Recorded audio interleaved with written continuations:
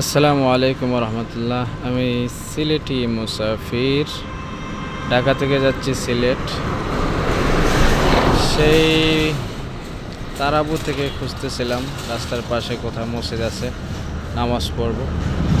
মুমিনের একটি বৈশিষ্ট্য, সে যেখানেই থাকুক না কেন, যখনই সময় হবে সে অজু করে সালাত আদায় করে নেবে। তো খুঁজতে খুঁজতে পেয়ে গেলাম রাস্তার পাশেই নৌকাপাড়া তারাপুকুর পার মদিনাতুন নূর জামে মসজিদ মাধবদী নরসিংদী। সচরাচর আমরা দেখতে পাই বেশিরভাগ ঢাকা শহরে, বিশেষ করে মসজিদগুলা নামাজ শেষ হয়ে গেলে বন্ধ হয়ে যায়, আর সুযোগ থাকে না নামাজ পড়া। এখানে আলহামদুলিল্লাহ মসজিদ খোলা আছে, খোলা পেলাম এবং জোহর আদায় করলাম।